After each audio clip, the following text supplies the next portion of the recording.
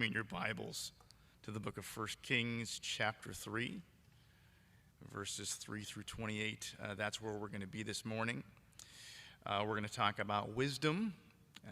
And why would we talk about that? Quite simply because we haven't talked about it in a while.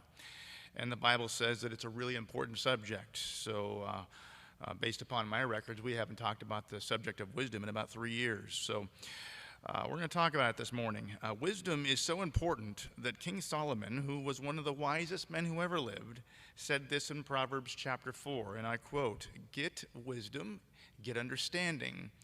Do not forsake wisdom, and she will protect you. Love her, and she will watch over you." The beginning of wisdom is this: get wisdom. And the idea here is getting wisdom is the wisest thing you could possibly do. Though it costs you all you have, get understanding. Cherish her, and she will exalt you. Embrace her, and she will honor you. She will give you a garland to grace your head and present you with a glorious crown. So, according to King Solomon, who was one of the wealthiest and prosperous rulers of his time, Solomon literally had it all, and he was the one that said wisdom, not power, not riches, was the most valuable thing in this world. It was above anything else in this world. That's the thing that you should be seeking after above all. And with this in mind, we're going to discuss the pursuit of wisdom by looking at Solomon's example in 2 Kings chapter 3, verses 3 through 28. And I'm just going to back it up here for a second so you can see where we're going to be. We're going to read through this text first, then we'll unpack it by answering two questions about wisdom. And those two questions are, what is wisdom, and how do we get it? What is wisdom, and how do we get it? Believe it or not, this text addresses both of those questions. Now, to warn you in advance, this is historical narrative, and so there's going to be a little bit more reading. We're going to read verses 3 through 28. That's 25 verses, a little bit longer than usual, but it is really necessary to read it all to be able to capture what's going on to make our applications today. So follow along with me. I'm going to pick up in 1 Kings 3, verse 3, and we're going to read right through the chapter, okay?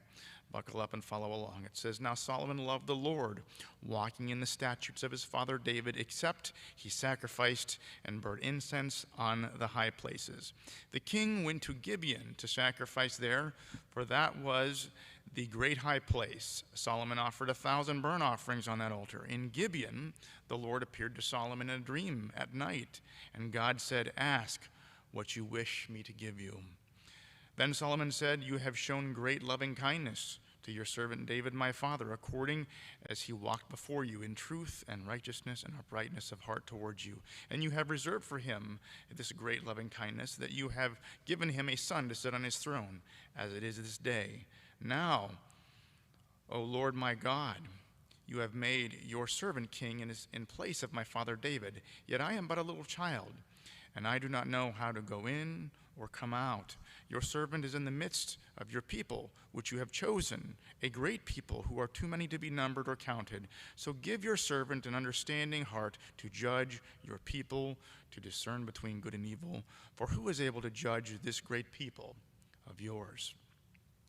It was pleasing in the sight of the Lord that Solomon asked this thing. God said to him, 'Because you have asked this thing, and have not asked for yourself long life, nor have you asked riches for yourself, nor have you asked for the life of your enemies, but you have asked for yourself discernment to understand justice. Behold, I have done according to your words.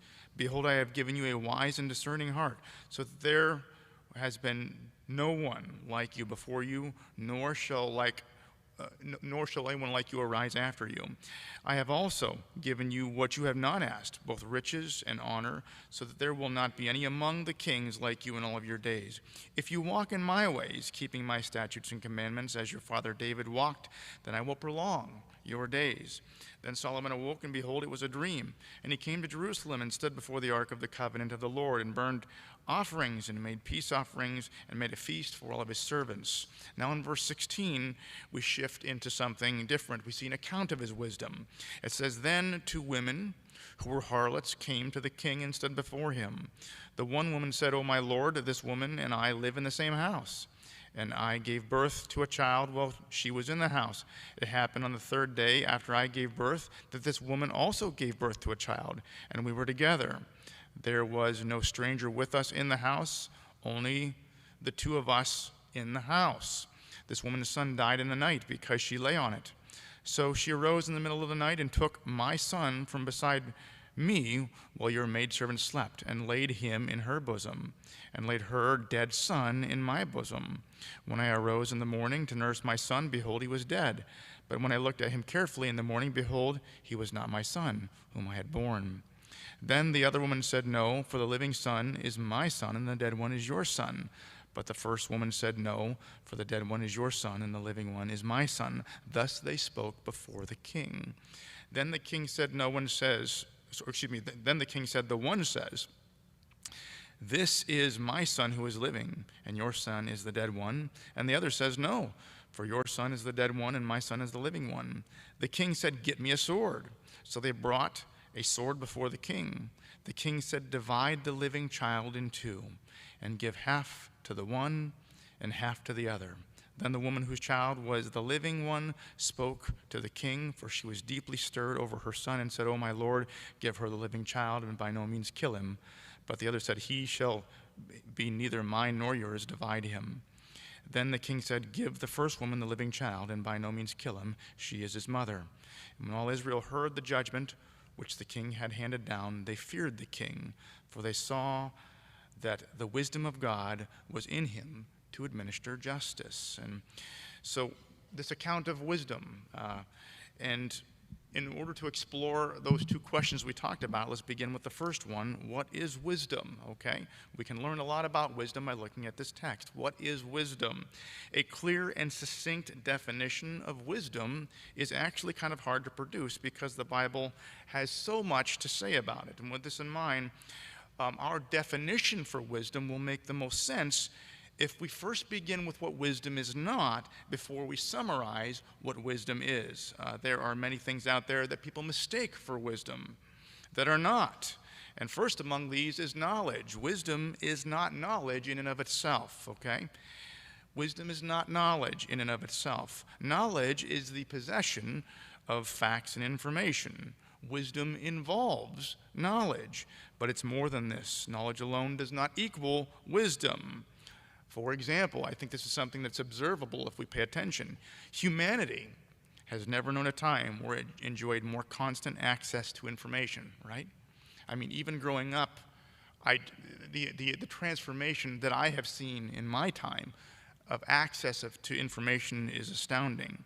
There are now instant news updates from all over the world that you can have at any time. There are books and podcasts available for every subject at the click of a button, right on your phone. There are how-to videos on YouTube for every job out there. How many of you use those how-to videos to get things done?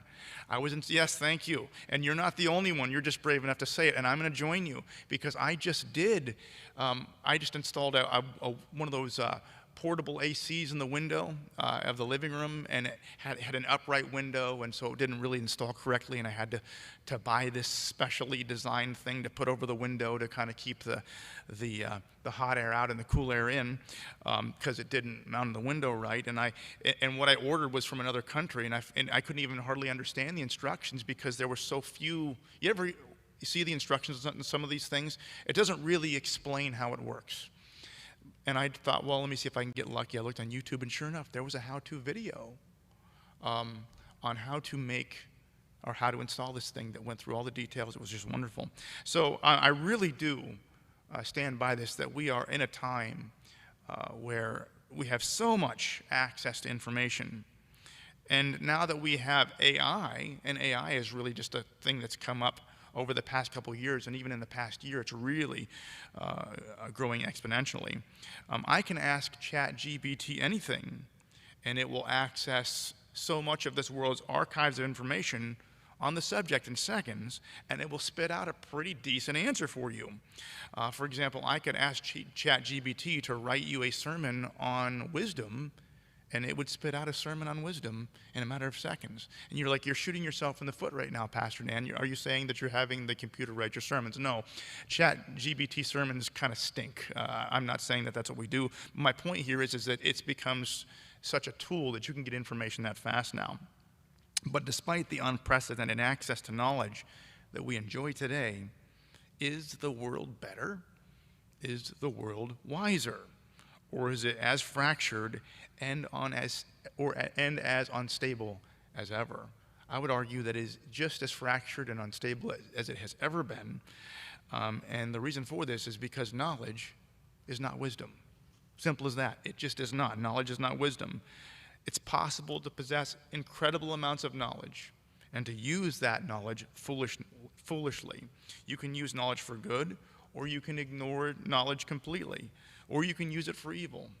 There is, for example, chemistry knowledge that can be used to enhance society or to fuel the illegal drug trade. Do you understand what I'm saying? Knowledge is just knowledge. Wisdom is about how you use that knowledge. Knowledge alone is not wisdom.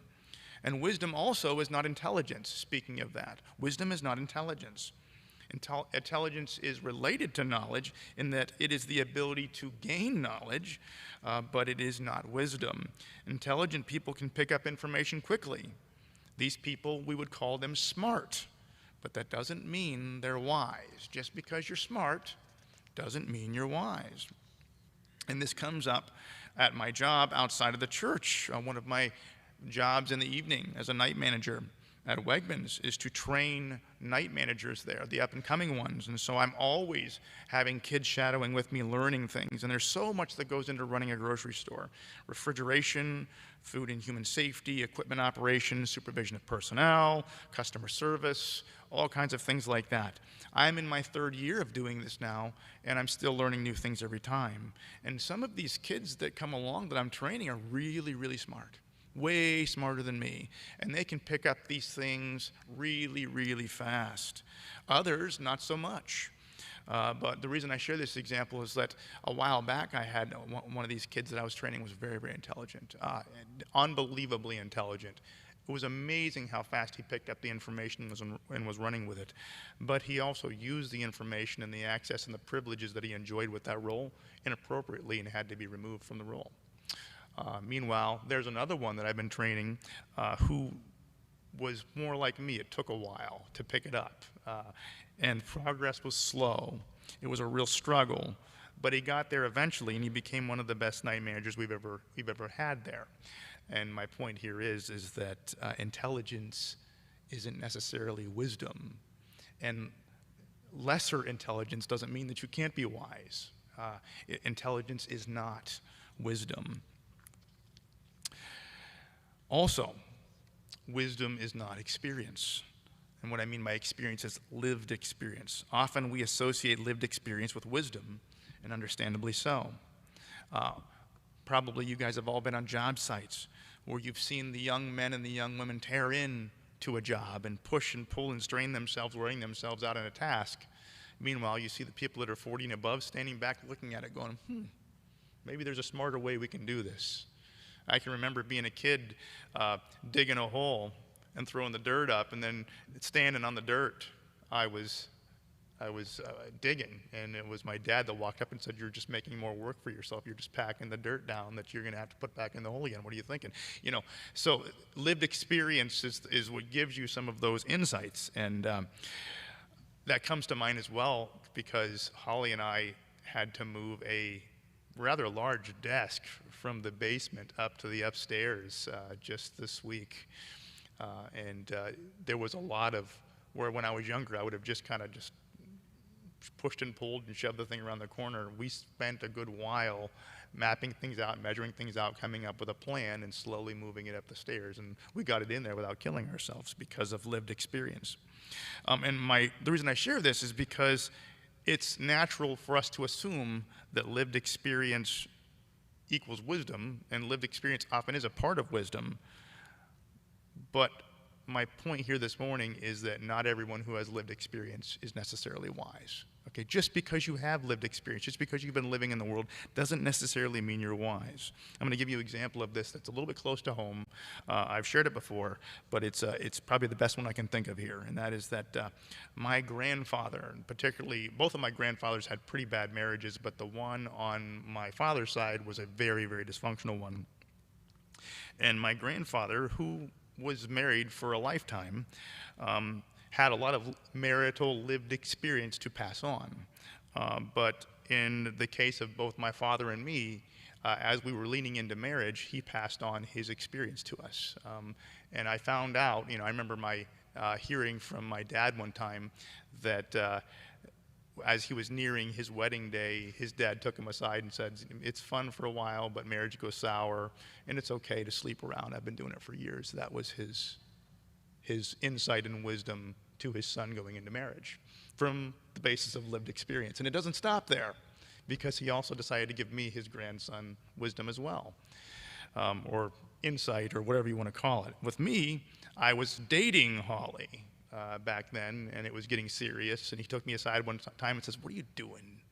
He says, "You're making a mistake here." He says, "You're going to have to work hard and take care of her and provide and all that kind of stuff." He says, "Why don't you find yourself a 40 or 50-year-old woman who's got no one, she's got all this money, and she can take care of you, and you can just live off her, and it'll be great." If I had it to do over again, that's what I'd do. That was his wisdom to me going into marriage, based upon lived experience. It's cringy, right?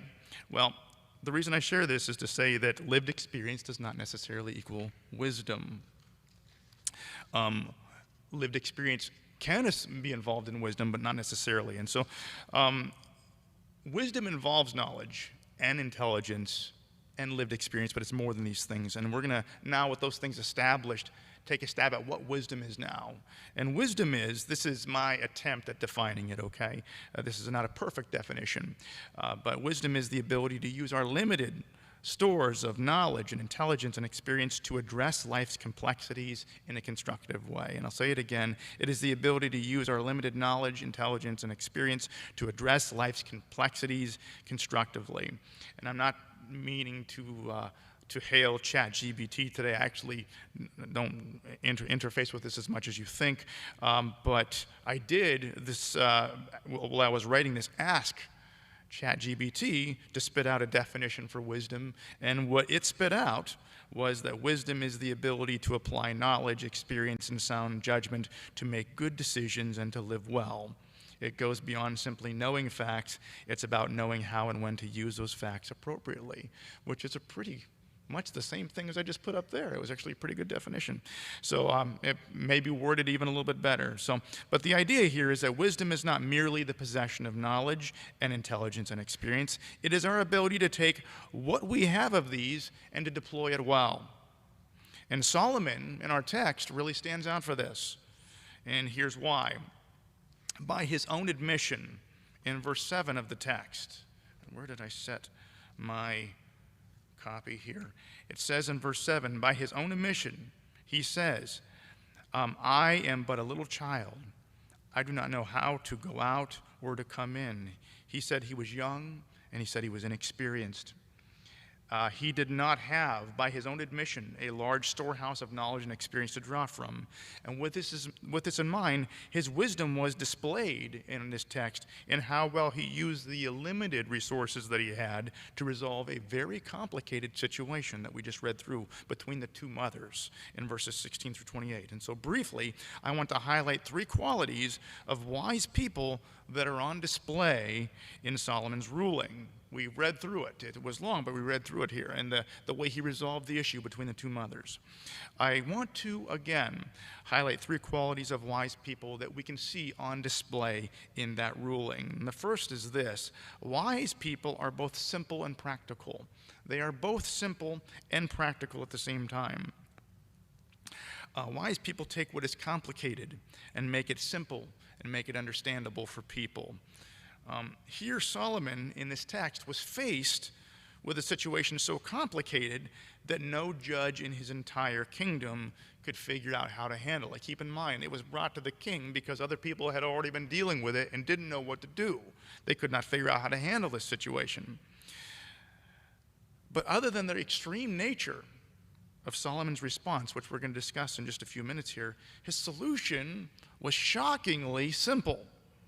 And when it was done, everyone completely understood what was going on and was in agreement with the decision that was made. He took something that was really complicated and cut right through it and made it very simple, and everyone walked away on the same page. That's what wise people do. Wise people are able to do that. And this is why Jesus explained the infinite mysteries of the kingdom of God in terms of things like farming and fishing and cooking and cleaning and everyday home analogies. The kingdom of God is like a field, etc., etc. He's able to take the infinite complexities of the kingdom of God and explain them in ways that make sense to people, to boil them down. Now, as I say this, by way of warning, people are misled all of the time by well-intentioned people who are also misguided, who oversimplify things and present them in error. Just because something is simple doesn't mean it's right. Do you understand what I'm trying to say here? Just because you hear something that makes sense, oh, that really adds up, that doesn't mean it's right. You got to watch out for that. I can remember, I can think of lots of examples of this, but the example that pops up in my mind is back in the 80s, when I was a kid growing up. They had an anti-drug campaign that was called "Just Say No." Remember that? I mean, yeah, just say no, you know. And it's so simple. Just don't do it. And it was criticized then. It's criticized now because of how it oversimplified something that was way more complicated, and it oversimplified it in the wrong way. And my point behind this is just because something is simple doesn't mean it's right. Wise people simplify things in a correct way, and the way that you can tell the difference is by combining the simplicity along with a couple other characteristics that we see in Solomon. Point again, just because it's simple doesn't mean it's right. Watch for some other things as well. And the other thing about wise people is that they are focused and calm. They are focused and they are calm. They're very much calm. They're in control of themselves. And when you read between the lines of this text, it was very tense. It was very stressful. The women were shouting at each other. They were contradicting each other, knowing what to do. They were brought to the king. No one knew how to handle this situation. Everyone was rattled. But Solomon seemed to be calm the entire time. And because he was calm, he was able to think. Have you ever noticed that when you stay in the moment, you're able to think? But when you start to panic, you start to get stupid? And it's just the reality. That's why there's panic bars on the doors now, because when you're afraid, sometimes your brain shuts down to the point you can't even operate a door.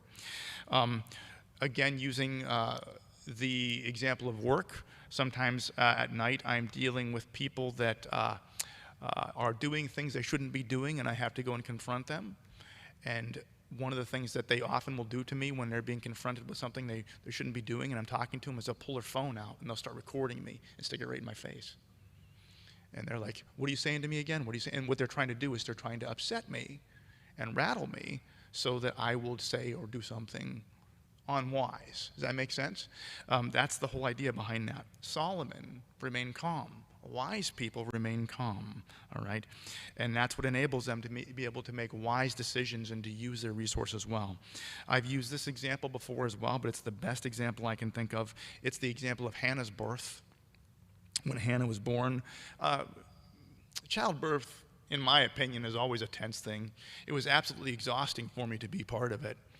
That was a dad joke there. You can laugh at that one. I feel like it might have been more exhausting for Holly, but I was there. I was present. It was exhausting for me too. But I can remember with Hannah in particular, it was very stressful for everyone in the room because Hannah's heartbeat went away for a minute. Everything was progressing, and all of a sudden they lost her heartbeat, and it flatlined. And you could see the nurses start to panic that were there. And seeing the nurses tense made me tense, and seeing me tense you could see Holly beginning to realize that something was wrong as well. Everyone was starting to get tense in the room because this baby's heartbeat was gone. You know who was not tense and rattled? The doctor. The doctor remained composed the entire time, and I can remember he actually dialed in, and he started giving out commands. I mean, he was just as focused as I've ever seen him, and he had Hannah out. It was unbelievably fast how fast he worked to get her through and out. And by the way, just so you know, Hannah came out fine. She cried right away. Everything was okay. It was just tense for a minute. But part of the reason things didn't descend into chaos and he was able to make good decisions in that moment is because he stayed calm. And his calmness not only enabled him to make the right decisions, but it helped keep everyone else around him calm as well. There are people that remain calm and bring everyone else down, and there are people that thrash about and get rattled and get upset and make everyone else rattled and upset. The people that thrash about are doing it because they're not wise, all right? Also, Lastly, wise people are bold, but they are also caring. And we can see this action with Solomon's command to divide the child in two, all right? If I didn't know better, I'd say that's a bold action. Pretty bold action. And at first glance, it seemed harsh and cruel, but in reality, it's just the level of audacity that needed to be injected into that situation to bring the truth out. And that's exactly what happened. As soon as he said, divide the child in two, the real mom says, nope, just let her have the child. And the other mom said, go ahead and kill her. No one can have it. So it was a bold action, but it was calculated to help the mother and the child. And that's what we see Solomon doing there. It was bold, but it was caring. People are attracted to boldness, all right? And this is another place where we need to be careful, we need to watch, because just because people are bold doesn't mean that they're caring. A lot of people that are bold and audacious out there are also cruel and thoughtless and careless and lack empathy. That is not wisdom. Wisdom is boldness with caring, all right? And so when you see people out there all over the news calling people this, calling people that, calling people fools, demonizing this and that, that's not wisdom, all right? Wisdom it takes risks. There is an audaciousness to it, but it's also designed to build people up and to care for them. And that's actually what happened here with Solomon, and that's what set him apart. So that's what wisdom is like, and that's how it works. Does this make sense so far? You guys follow me? Good, because I want to explore briefly now how we get wisdom, because we see how we obtain wisdom and how we position ourselves to get the wisdom that Solomon had by looking back at the beginning portion of the text that we just read through, right, in verses 3 through 15. In the beginning of the text, we see four qualities that Solomon possessed, which enabled him to receive the wisdom that he deployed in the latter portion. All right, and the first one that we see is that he loved God, and we see it in verses 3 through 4. I'm just going to go ahead and read that portion of the text again, just so you can see it. In verses 3 through 4, it says that Solomon loved the Lord, walking in the statutes of his father David, except that he sacrificed and burnt offerings in the high places. The king went to Gibeon to sacrifice there, for that was the great high place. And Solomon offered 1,000 burnt offerings on that altar. And the point behind those two verses is to show his devotion and his love for the Lord. That was a huge part. It was a huge part of why he was able to receive the wisdom from God that he received. As it says in Proverbs 9, verse 10, the fear of the Lord is the beginning of wisdom, and knowledge of the Holy One is understanding. The idea here is that you cannot get wise apart from God. If you do not have a relationship with the Lord, if you are not seeking him in his word and in prayer, if you are not seeking to worship and understand him better, you are not going to get wise. The beginning of wisdom is the fear of the Lord. If you don't have that, you will remain in folly. But that is not the only thing about Solomon here that we see that stands out. We also see that he understood the value of his stewardship, okay? Remember here that he had just become king and he was worshiping the Lord. And he was actively aware of the responsibility that he had. And so I'm going to read verses 8 and 9 to you now. We see it. Right after he got done admitting that he was weak and inexperienced, he said, "Your servant is in the midst of your people, which you have chosen, a great people who are too many to be numbered or counted." And so in that context, give your servant an understanding heart to judge your people, to discern what is good or evil.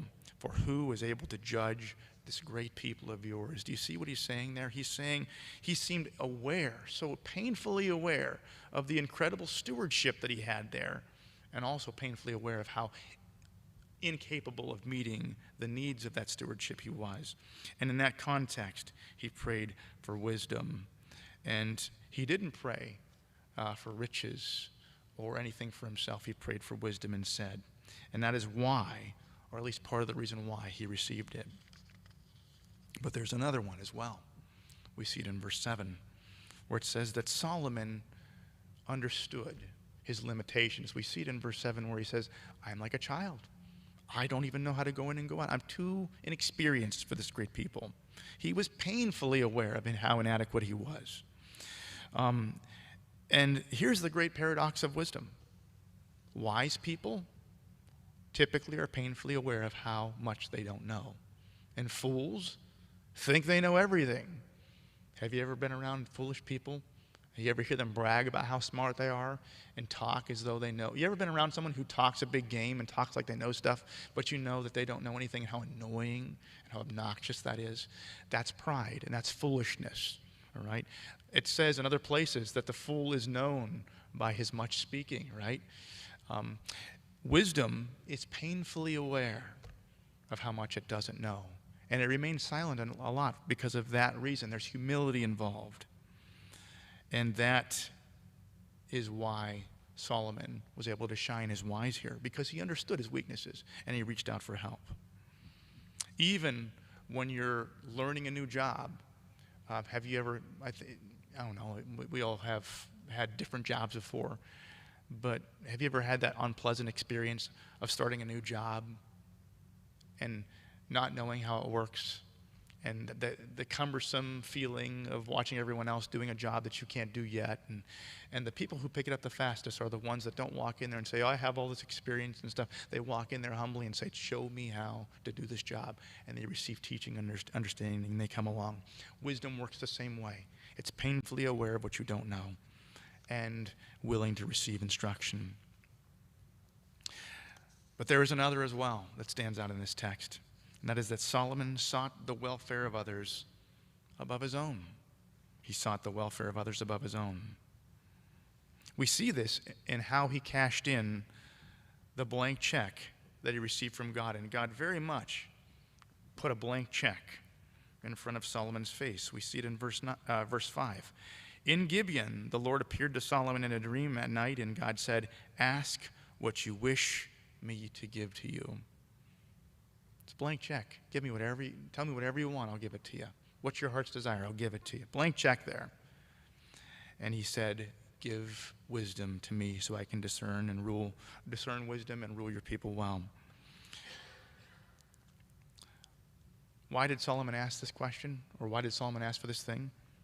He did this because he sought to serve his people more than he sought to serve himself. He would have asked for long life. He would have asked for victory over his enemies. He would ask for all those things if he was seeking his own self-aggrandizement and his own welfare. But because he sought to serve others above himself, he prayed for wisdom. And people who are wise, people who achieve wisdom, are motivated in this way. They look at the stewardship in front of them and they say, Lord, these are your people.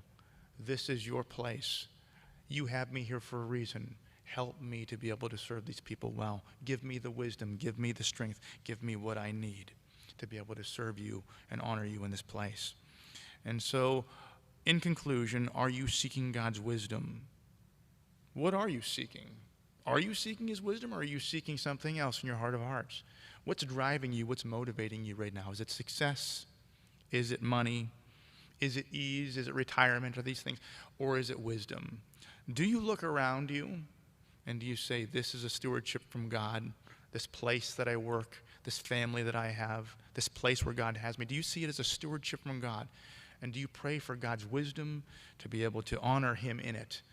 Or are you annoyed by it all? I mean, I think people look at a text like this and say, yeah, if I was the king of a nation, maybe I'd pray for wisdom.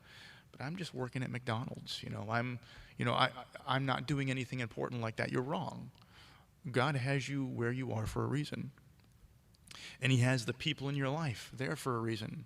And those people that annoy you sometimes and bother you sometimes even are there because God has you there to serve them and to reach them. And you need his wisdom to be able to do that. So do you pray in your heart of hearts, get me out of this situation and make my situation, take me somewhere else where I can be happy? Or do you plug into where you are and ask God to make the most of the situation, give you the wisdom to be able to manage it well? Those who follow God and those who obtain the wisdom, that he has, pray that way. And let's pray that way now and close.